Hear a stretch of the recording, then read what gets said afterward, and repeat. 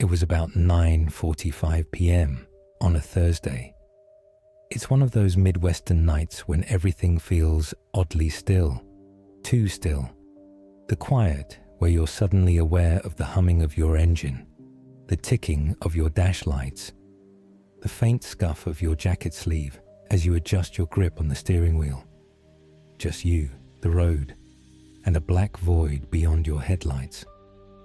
I was driving the back road out of town.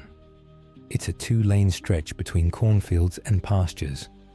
No lights, no gas stations, no civilization for at least 5 miles.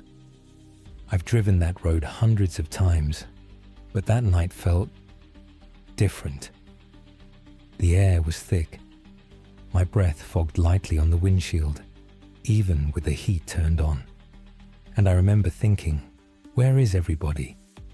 I hadn't passed a single car in 20 minutes. Then I saw it.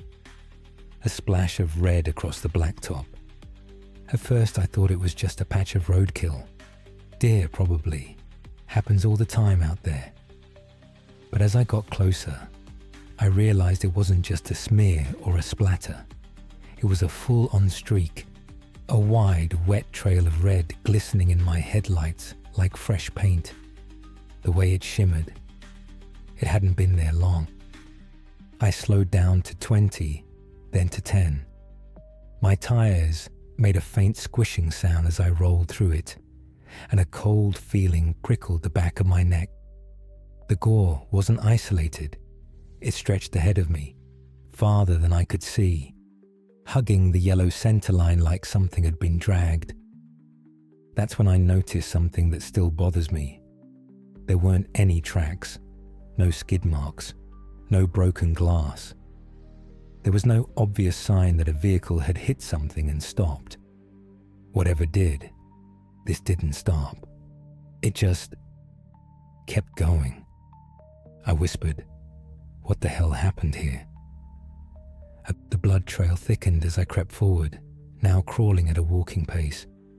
There were scraps of flesh, real, identifiable bits of something organic. Tufts of fur, a piece of what might have been a jaw, teeth still intact. My headlights passed over them like stage lights, unveiling some grotesque exhibit. The trail veered suddenly to the right, cutting sharply across the lane and onto the shoulder. I followed. That's when I saw it. The front half of a deer, what was left of it, was crumpled against a metal reflector post like someone had flung it from a moving car. But the front half might be generous. Its ribcage was shattered, its face contorted, eyes wide open and glimmering with what little light reached them. One foreleg was bent completely backward. No back legs, no spine. It was just a steaming mess of bones and meat that looked like it had been run through a grinder. I stopped the car and just stared. Something didn't add up. There was no sign of impact, no blood on the post, no other vehicles, no broken branches or tire tracks leading into the ditch, just the trail, and the carcass, and silence. Even the bugs had stopped. I wanted to take a photo, to prove to myself later that I hadn't hallucinated it. But as I reached for my phone, my headlights flickered. Just once, but enough to snap me out of it. I backed up, slowly. My tires crunched over something. I didn't want to know what. I just wanted to get back on the road and go. Then, about 50 feet behind me, the headlights hit something else. A shape, tall, thin, upright. At first I thought it was a mailbox, then maybe a person, but it was wrong. It was standing just off the side of the road, facing away, almost blending into the cornstalks behind it. Its limbs looked too long. Its posture is hunched. But the worst part? It didn't move, at all. Not even a shift of balance like a living thing would do when standing. I stared and stared. Nothing.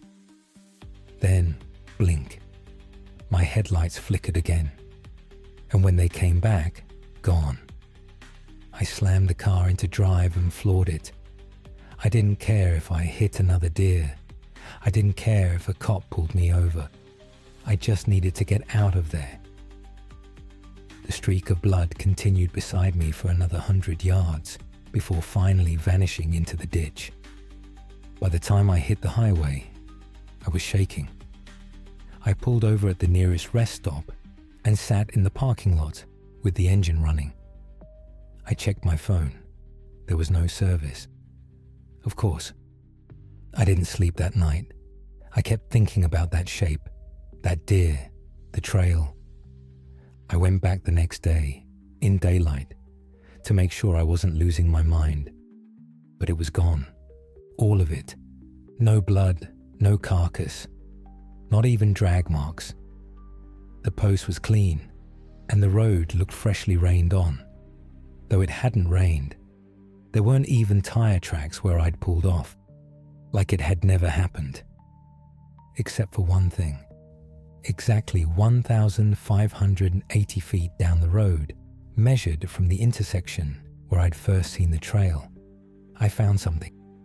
A gouge in the asphalt, deep and jagged, as if something with claws, or maybe hooves, had dug in hard, trying to stop itself from being dragged.